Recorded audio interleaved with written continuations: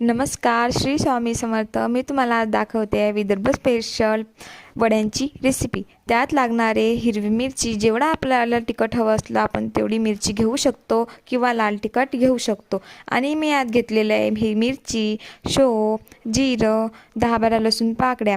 हे मिक्सरला बारीक वाटण करून घ्यायचं आणि यात पाणी नाही घालायचं, कारण की आपलं वाटण पातळ होऊ शकते.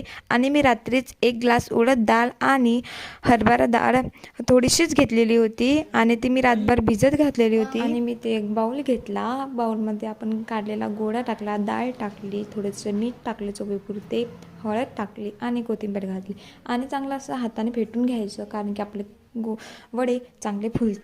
आणि याचे चांगले गोळे करायचे. आणि मी एक कॅरी बॅग घेतली होती. तुम्ही कापड पण घेऊ शकता वडे बनवण्यासाठी, पण मी कॅरी बॅग घेतली. आमच्या गावाकडे तर असं कॅरी बॅग घेऊनच त्याच्यावरती वडे करतात.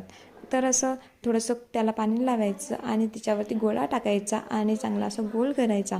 आणि मी अगोदरच कढई ठेवलेली होती गॅसवरती चांगली, त्याला कडकडीत तपू द्यायचं तेलामध्ये वडा सोडायचा. वडा सोडला त्याला चांगलं हलवत राहायचं, कारण की आपला वडा चांगला खरपूस व्हायला पाहिजे म्हणून, जळू नये. आणि माझी सासूबाई ती वडे तळत होती. या वडे खायला.